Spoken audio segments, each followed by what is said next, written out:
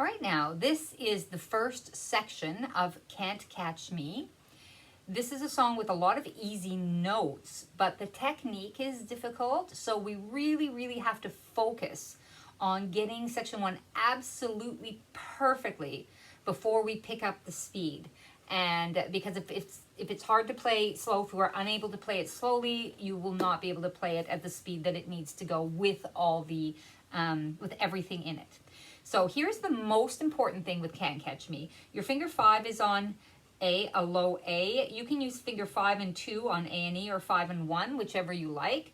But the left hand always stays staccato and soft. It doesn't get ever, no matter what happens with the volume or the dynamics in the right hand, the left hand is always going to stay like this. Or 5-2 is fine. 5-2 might be a little bit better because the thumb is heavier and then it keeps it more balanced. So I would like you to just practice doing this and see if you can hear the notes every time and keep it soft. So you might spend a half a minute or so just warming up with the left hand. Now the right hand has this lovely crescendo, so it starts soft, and it's just an A minor natural scale. So it's this. So A minor natural has no sharps in it, and you're just going to turn at the D. But we're rolling back down past your thumb. But now we're going to add this crescendo. Soften.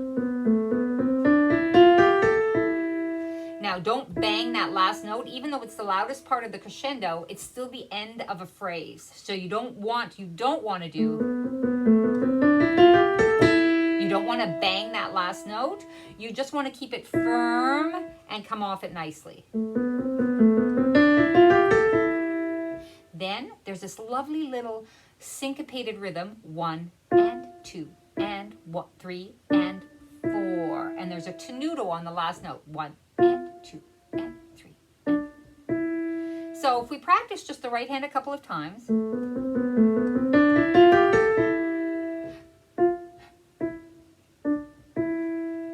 if you take a little breath before that first note, 1 and 2 and 3, hot, hold, 1, hot, 2, hot, 3, hot, hold, and that little section, that little bar 3 is all soft. So now when we put it together, the left hand stays soft even though the right hand is singing out a nice crescendo. So really focus on that right hand. And nice and slow.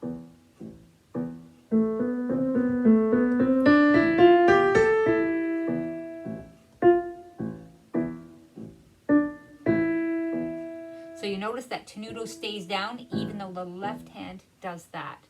So when you can get everything, all of those little details in there, the way that they're supposed to be, then we're ready to move on to the next section. Well, actually, I would actually even prefer that then you can work on the speed, but let me check that and make sure that everything is, all those details are there. So always the left hand soft and staccato, the right hand is smooth, and when you and a crescendo, and when you finish, you don't bang it, you just come off it nicely.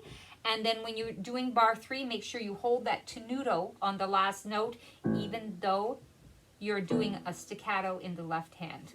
All right? So those are all the details in this piece.